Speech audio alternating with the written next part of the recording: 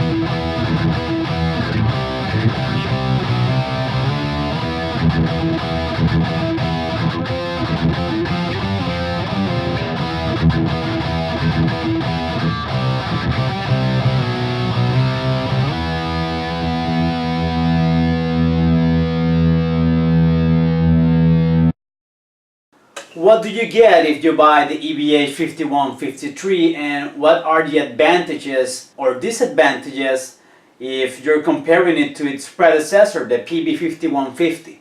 Well, I don't have a PB5150 here, but I can tell you that I had the 5152 and the 6505 Plus, so I know what I'm talking about. Well, first of all, I believe this amplifier is superior in most part than the other two. The first one is because of the clean channel. This is an amplifier done by Fender, so you know that you will get beautiful cleans. This amplifier has a complete and separate channel, which is the first channel, dedicated for cleans. And it is not just a clean channel, it is a channel that goes from extremely pristine cleans to almost high gain territory. And in this video, what you will hear is this amplifier in the first channel is the gain less than 1/4. So it's if you crank up the gain at least 1/4, you will hear a lot of breakup, and if you go further than that, you will enter into medium gain. So not only do you have those pristine cleans, but you can go into very good high gain territory in that first channel. You can definitely do some AC/DC. You can definitely do even some Iron Maiden, believe it or not, on the clean channel. That's how high the game will go. Also, you will get not one lead channel but two real lead channels. Contrary to the 5505 Plus, they had three channels, but in reality there were really two, because the crunch channel and the clean channel share the equalizer and even the gain. So if you want very clean tones, you won't be able to have a very good push or crunch channel. Plus it's the same equalization, which may not be the one you want for cleans. And this one you have it all. You have your clean channel and two lead channels. So if you want to have a modern distortion with very high gain, but for solos you want to maybe bump up the treble or bump up the mids, which is basically what I do. I bump up the mids and the gain for the lead channel when I want to solo. So if you want to do that, you can do it in here. Also, if you compare this version, which is the stealth version of the 5153, you will notice that the second channel is basically the same as the third channel on the original 5153. So there is no rhythm channel. You have two real lead channels with two separate equalizers. The third channel has a little bit more gain, and you will notice that when I play, you will notice that the third channel has more gain than the second channel, even though the gain on the second channel is a little bit past 6 o'clock, 12 o'clock, and gain on the third channel is not even halfway.